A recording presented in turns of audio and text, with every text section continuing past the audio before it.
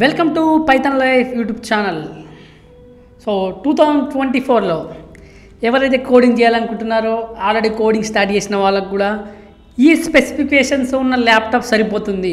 చాలామంది requested video plus మాకు Python లైఫ్కి చాలా ఎంక్వైరీస్ వస్తాయి కదా, లైక్ కోర్సు వాళ్ళు పర్చేజ్ చేసేటప్పుడు కానీ లేకపోతే నార్మల్గా కూడా అడుగుతారు. కోర్స్ పర్చేజ్ చేసేటప్పుడు అన్న మరి మేము దేంట్లో ప్రాక్టీస్ చేయాలి, ఫోన్లో చేసుకోవచ్చా, లేకపోతే ల్యాప్టాప్ కంపల్సరీగా, లేకపోతే ల్యాప్టాప్ సంబంధించి ఏ ల్యాప్టాప్ ఉండాలి, కోడింగ్ సంబంధించి ఏ స్పెసిఫికేషన్తో ఉండాలి, చాలామందికి డౌట్స్ ఉన్నాయి ఇవి. సో దాని గురించి ఒక వీడియో చేద్దామని అనుకున్నాం. సో చాలామందికి యూస్ఫుల్ అవుతుంది అనుకుంటున్నాను ఈ వీడియో కూడా. సో 2024లో ఎవరైతే కోడింగ్ స్టార్ట్ చేయబోతున్నారో చాలామంది కన్ఫ్యూజ్గా ఉంటారు. అసలు ఏ స్పెసిఫికేషన్స్తో ఉన్న ల్యాప్టాప్ ఇప్పుడు ప్రజెంట్ మీరు కొనాలి, పర్చేజ్ చేయాలి ప్రజెంట్ కోడింగ్కి. సో దాని గురించి డిస్కస్ చేద్దాం అనుకుంటున్నాను. సో వెళ్దాం ఇప్పుడు వీడియోలోకి. సో ల్యాప్టాప్లో 2 టైప్స్ ఆఫ్ స్టోరేజెస్ ఉంటాయి. హెచ్డిడి ఉంటుంది, ఎస్ఎస్డి ఉంటుంది, hard disk drive, solid state drive. So మీరు ల్యాప్టాప్ కొనేటప్పుడు చూసుకోవాల్సింది ఏంటంటే ఎస్ఎస్డి ల్యాప్టాప్స్ తీసుకోండి. ఎందుకంటే ఎస్ఎస్డి ఉన్న ల్యాప్టాప్స్ చాలా స్పీడ్గా వర్క్ అవుతాయి కంపేర్ టు హెచ్డిడి. కానీ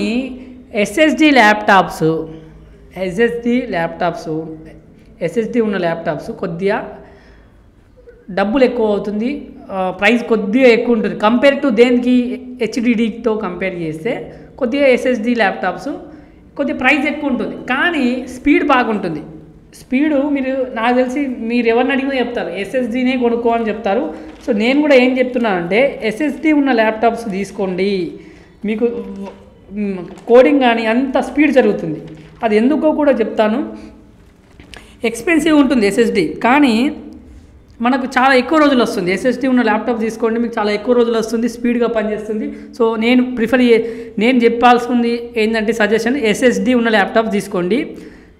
ఎందుకంటే SSD processor can read data 10 times faster and write data 20 times faster than HDD.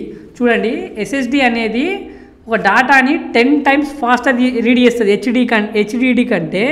అలాగే 20 times faster than HDD, 20 times ఫాస్టర్గా రాస్తుందట.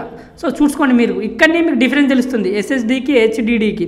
సో మీరు ల్యాప్టాప్ కొనేటప్పుడు కంపల్సరీ అడగండి, అన్న బ్రో ఎస్ఎస్డి ఉన్న ల్యాప్టాప్స్ మాకు ఎస్ఎస్డి లైక్ ఎంత 512 ఎస్ఎస్డి ఇట్లా ఉంటాయి కదా, సో అవి కొనుక్కోండి. ఎస్ఎస్డి ఉన్న ల్యాప్టాప్సే ప్రిఫర్ చేయండి, చాలా స్పీడ్ ఉంటాయి. ఇక్కడ మీకు కంపారిజన్ కూడా తెలిసిపోతుంది. సో ఎస్ఎస్డి ఉన్న ల్యాప్టాప్ని ప్రిఫర్ చేయండి. తర్వాత ర్యామ్ వచ్చేసి మీరు కోడింగ్ చేయాలనుకుంటే మినిమం ప్రజెంట్ ఇప్పుడైతే నేను చెప్తున్నాను, మినిమం మంచి ప్రాజెక్ట్స్ చేయాలనుకుంటారు కాబట్టి మీరు ల్యాప్టాప్లో నాట్ ఓన్లీ కోడింగ్. ఎందుకంటే మీరు వన్స్ కోడింగ్ స్టార్ట్ చేసిన వెంటనే ప్రాజెక్ట్స్ బిల్డ్ చేయాలి. సో ప్రాజెక్ట్స్ ఎక్కడ చేస్తాం, మనం మళ్ళీ ల్యాప్టాప్లో చేయాలి. సో మన ల్యాప్టాప్లో 8 GB మినిమం ర్యామ్ ఉండాలి. 8 GB ర్యామ్ ఎనఫ్. కానీ మీరు ఇంకా మిషన్ లెర్నింగ్, బ్లాక్ చైన్, తర్వాత ఏఐ మీద ప్రాజెక్ట్స్ చేసేది ఉంటే వాళ్ళకు 16 GB తీసుకోండి. జస్ట్ వాళ్ళ కోసం చెప్తున్నాను. సో ఓన్లీ కోడింగ్, మన మినిమం కోడింగ్ కోసం అయితే 8 GB సరిపోతుంది. పెద్ద పెద్ద ప్రాజెక్ట్స్ ఏమైనా చేస్తే అక్కడ మనకు సరిపోదు ఈ ర్యామ్ 16 GB.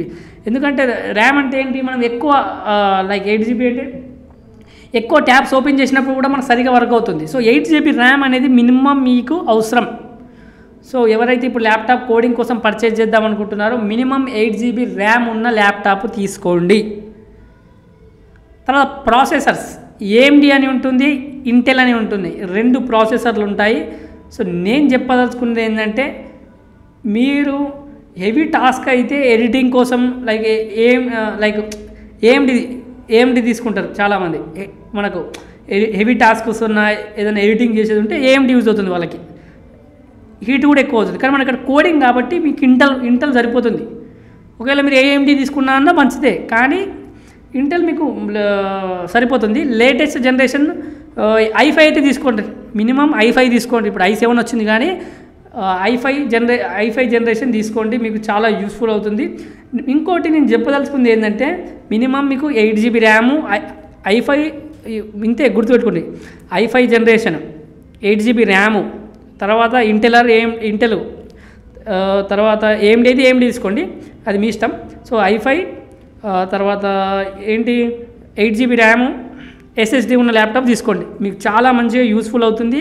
మెయిన్గా ల్యాప్టాప్స్ ఇప్పుడు కోడింగ్ కోసం చాలా ఈ స్పెసిఫికేషన్స్ ఉన్న ల్యాప్టాప్ యూస్ఫుల్ అవుతాయి మీకు. చాలామంది అడిగిన క్వశ్చన్స్ ఇది.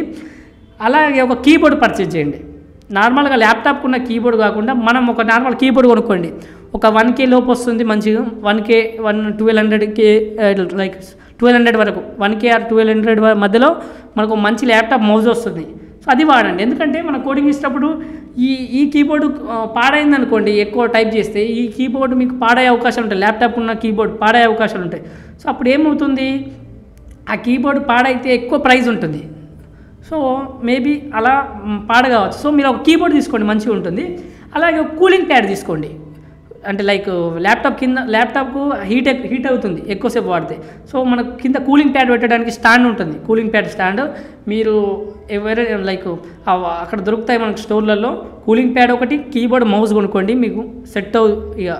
సో మీరు కోడింగ్ సంబంధించి ఈ స్పెసిఫికేషన్స్ ఉన్న ల్యాప్టాప్ మీకు ఎనఫ్.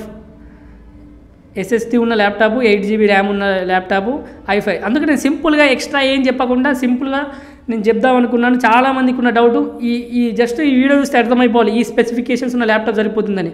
ఇంకా మీకు గ్రాఫిక్స్ కార్డు అవి ఇవి అంటే మీకు డబ్బులు ఎక్కువ అవుతాయి, మీ ఇష్టం. అది మీ గ్రాఫిక్ కార్డు ఉన్న ల్యాప్టాప్ కావాలంటే మీ ఇష్టం. కానీ నేను చెప్పదలుచుకునేది ఏంటంటే ఫైనాన్షియల్గా ఎవరైతే వీక్ ఉంటారో, అన్న నాకు ల్యాప్టాప్ మా ఇంట్లో ఇప్పుడు పర్చేజ్ చేసే అంత లేదు అనుకునే వాళ్ళు సెకండ్ హ్యాండ్ ల్యాప్టాప్ కొనుక్కోండి. ఇదే స్పెసిఫికేషన్స్ ఉన్న సెకండ్ హ్యాండ్ ల్యాప్టాప్ కొనుక్కోండి. అమ్మా నాన్నను ఇబ్బంది పెట్టకండి, పేరెంట్స్ని ఇబ్బంది పెట్టకండి. ఎక్కువ డబ్బులు పెట్టి ల్యాప్టాప్ చేస్తే ఏదో ఈ వర్క్ ఎక్కువ కాదు కదా. సో ఈ స్పెసిఫికేషన్స్ ఉన్న ల్యాప్టాప్ తీసుకోండి. ఓకే అన్న, నా దగ్గర మనీ ఉన్నాయి, నేను కొద్దిగా ఎడిటింగ్ కూడా నేర్చుకోవాలనుకుంటున్నాను, ఏదో ఒకటి గ్రాఫిక్ కార్డు మంచి ల్యాప్టాప్ తీసుకోవాలి. నీ కోడింగ్కి ఈ స్పెసిఫికేషన్ ల్యాప్టాప్ సరిపోతుంది.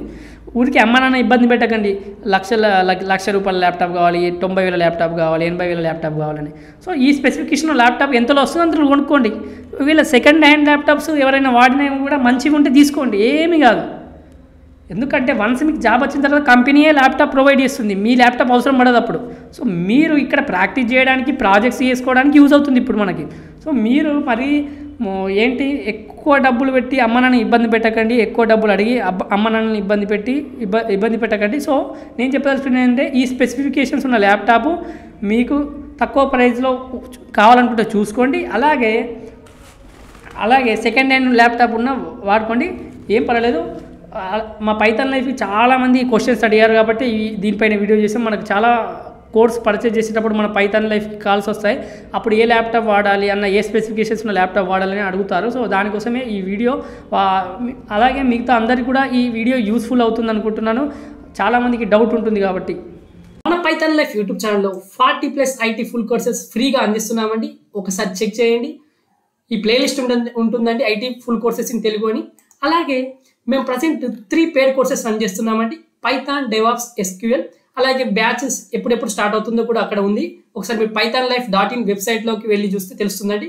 అలాగే full stack Python programming recorded content అవైలబుల్గా ఉందండి. 1,999కి అందిస్తున్నాం. EMI ఆప్షన్ కూడా అవైలబుల్గా ఉంది.